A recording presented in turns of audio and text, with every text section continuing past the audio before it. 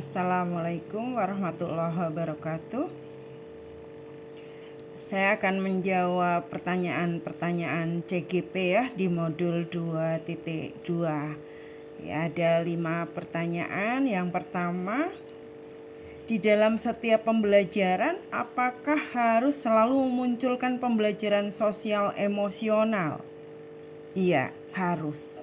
Karena pembentukan keterampilan sosial emosional haruslah diwujudkan secara berkelanjutan dengan berbagai teknik dan bentuk tentunya, baik secara langsung maupun terintegrasi dalam pembelajaran. Pertanyaan kedua, mengapa penting seorang guru harus memahami dan menerapkan pelajaran sosial emosional? Nah, mengapa penting? Ada beberapa alasan ya Bapak Ibu. Yang pertama, guru harus membentuk kesejahteraan siswa, meningkatkan prestasi akademis, dan ini ada korelasinya antara keterampilan sosial emosional dengan prestasi akademis. Mengembangkan karakter, mengelola kelas yang efektif, mempersiapkan siswa untuk dunia kerja ya. Nah, dalam hal ini keterampilan kerjasama, komunikasi efektif itu sangat diperlukan dalam dunia kerja. Dan juga untuk mencegah perilaku yang bermasalah. Kemudian pertanyaan ketiga, saya sangat senang mempelajari materi KSE ini. Pertanyaan saya agar murid memiliki keterampilan sosial emosional yang sesuai harapan kita atau sangat baik, seberapa seringkah dalam seminggu guru harus memberikan pembelajaran sosial emosional tersebut? Ya, jawaban saya sesering mungkin dalam berbagai bentuk dan teknik, bisa setiap hari. Ini berkaitan dengan jawaban saya nomor 1. Kemudian pertanyaan keempatnya, sebagai manusia biasa, guru bukanlah malaikat. Bagaimana strategi kita jika kita berada pada kasus Pak Eling yang diceritakan di eksplorasi konsep? Ya, terkadang guru juga tidak bisa mengendalikan emosi marah seperti Pak Eling. Oke, jika kondisi situasinya seperti Pak Eling, guru bijak tetap harus mampu mengelola emosi. Ingat, guru adalah manusia pilihan, walaupun bukan malaikat.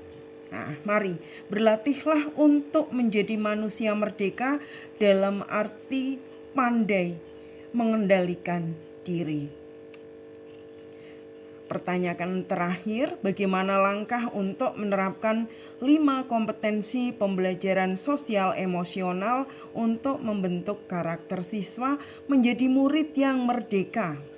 Nah, sebelumnya kita refresh dulu ya pengetahuan tentang 5 kompetensi PSE, yaitu kesadaran diri, pengelolaan emosi, keterampilan sosial, tanggung jawab pribadi, dan pengambilan keputusan beretika. Nah, langkahnya tentu beda-beda dan banyak ya. Untuk membentuk kesadaran diri, guru dapat menggalakkan refleksi diri, mengajak siswa untuk merenung tentang perasaan, nilai-nilai, dan tujuan hidupnya. Kemudian yang kedua, dengan aktivitas pengembangan diri seperti jurnal, pertanyaan reflektif, atau self-assessment. Kemudian pengelolaan emosi bisa dilakukan dengan langkah ajarkan strategi pengelolaan stres. Bimbing siswa tentang teknik pernafasan, meditasi, dan olahraga yang dapat membantu mengelola emosi negatif. Kemudian fasilitasi pemahaman emosi. Diskusikan dengan siswa tentang berbagai emosi, cara mengidentifikasi, dan bagaimana merespon secara positif. Lalu untuk membentuk keterampilan sosial, guru dapat melatihnya dengan role play atau simulasi untuk mempraktikkan keterampilan sosial, misalnya menyelesaikan konflik, Bisa juga dengan teknik kolaborasi dalam proyek atau dalam tugas pembelajaran. Untuk membentuk tanggung jawab pribadi, ini bisa dilakukan dengan proyek tanggung jawab pribadi ya, beri siswa tanggung jawab dalam proyek dan tugas tertentu. Nah, pembicaraan tentang tanggung jawab ya bisa mengajak anak untuk berdiskusi tentang arti pentingnya tanggung jawab.